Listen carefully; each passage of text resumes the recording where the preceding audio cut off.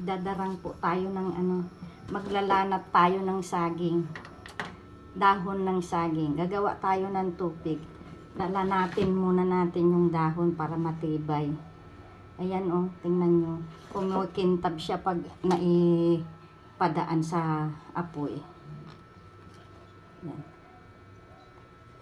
Oh, ang bango. Naamoy ko yung naamoy ko yung aroma ng saging. Ang bango ng dahon niya.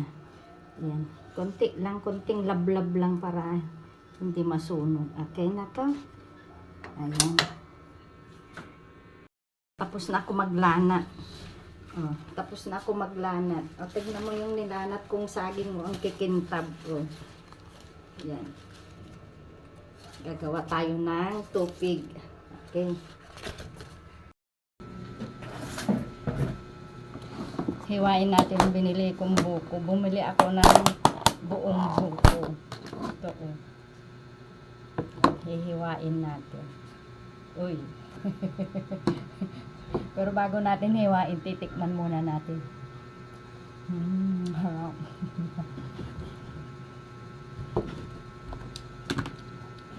Hiwain natin ang pahaba.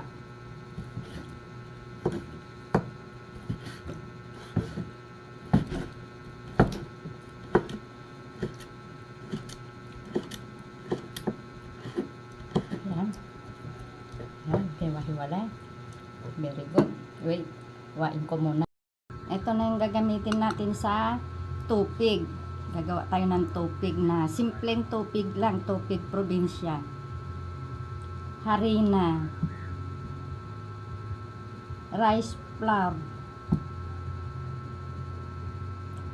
Buko. Tsaka asukal lang. O pagsama-samahin lang natin. Nahiniting yung rice flour tsaka harina. Kunti lang gawin natin, pangkain lang natin. Tsaka asukal, tsaka buko, yung malambot-lambot, di naman matigas, di naman masyadong malambot. At ang panabaw natin, oh, yung sabaw ng nyug. Uy, nagyayelo pa. Tanggalin muna natin. Haluin natin. Yan.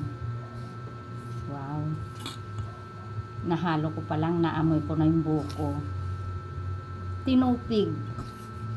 Tinupig sa Ilocano. Inihaw na kakanin. Di ba nag-ihaw na tayo ng bibingka? Ito naman inihaw na kakanin. Sandali lang, hahaluin ko lang. Ayan, nahalo ko na. Ganito lang yung texture niya para mabalot natin.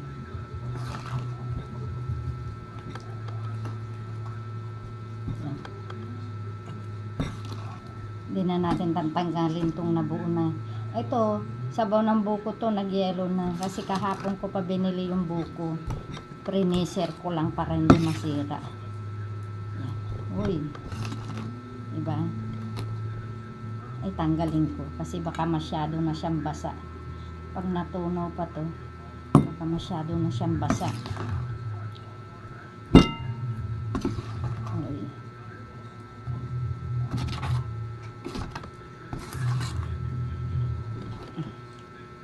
Sarap.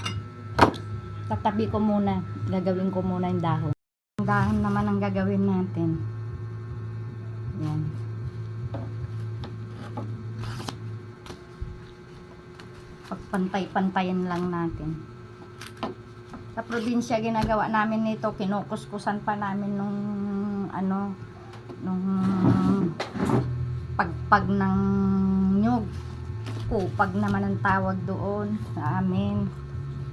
Kaya tanggalin natin yung nasira.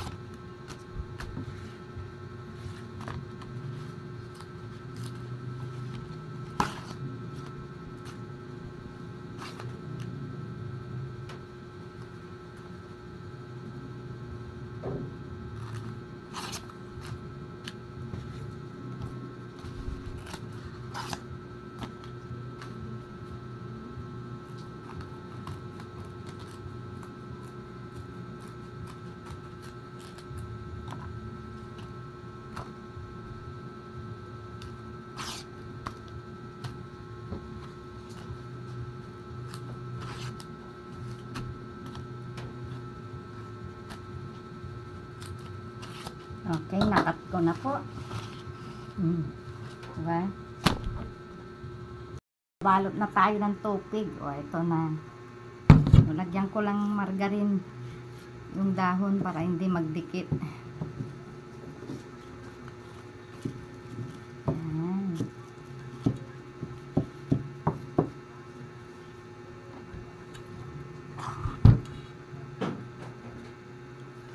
Ayan. Wow.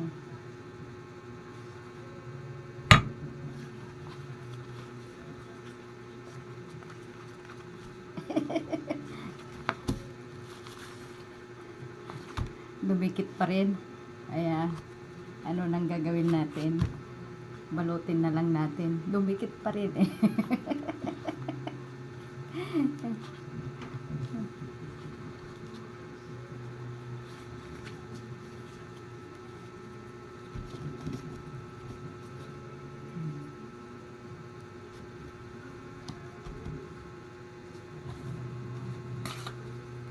Oh, ito rin ang pantali natin.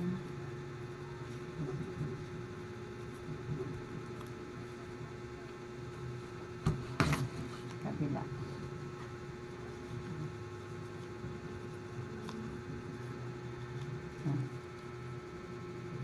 Tama lang to kasi pag naluto, uumbok pa yan. Ayan, nabalot ko na po. Dalawang klase yung ginawa ko. Iihawin ko kasi kaya maninipis lang yung ginawa ko. Itong isa, tinalian ko dulo-dulo. Ayan. Invento. Itong isa flat na ganito. Yan. Kasi ang ginagamit kasi dito, pag nagtitinupig ka dun sa Cagayan, yung dahon ng nyug. Para manipis lang yung ilalagay mong malagkit. Ayan. Mag-ano na tayo, mag-ihaw na. Ayan.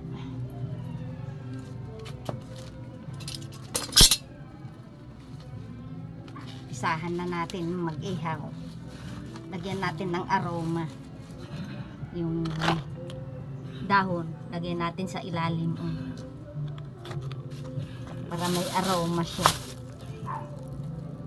Ayan. Unahin natin tong nabilog. Pero parang masyadong makapal. Makapal yata.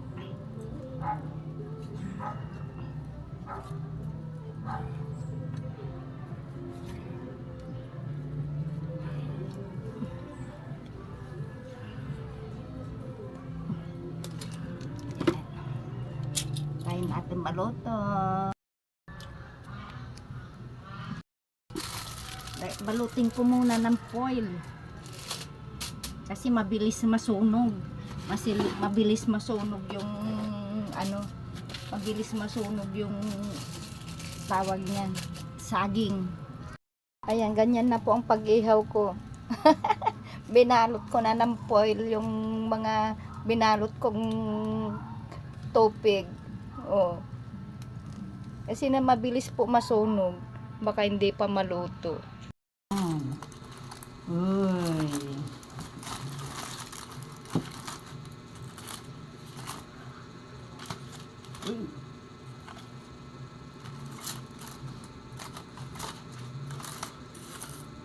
Ang bango. Uy. Kinokig.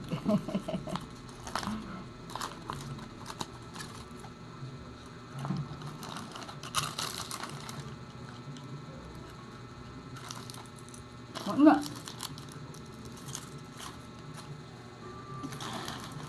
Magnet pa po.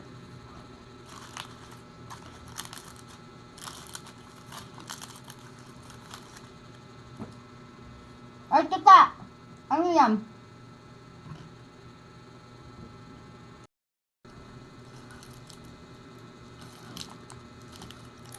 So, yun lang. Paalam.